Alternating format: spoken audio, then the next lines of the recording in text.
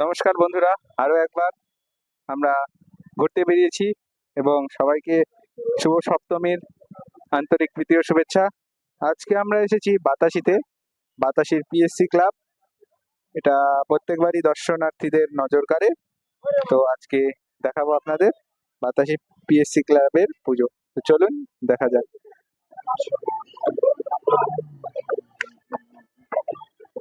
অসাধারণ কারুকার্য, চারিদিকে বেত এবং বাঁশের কাজ।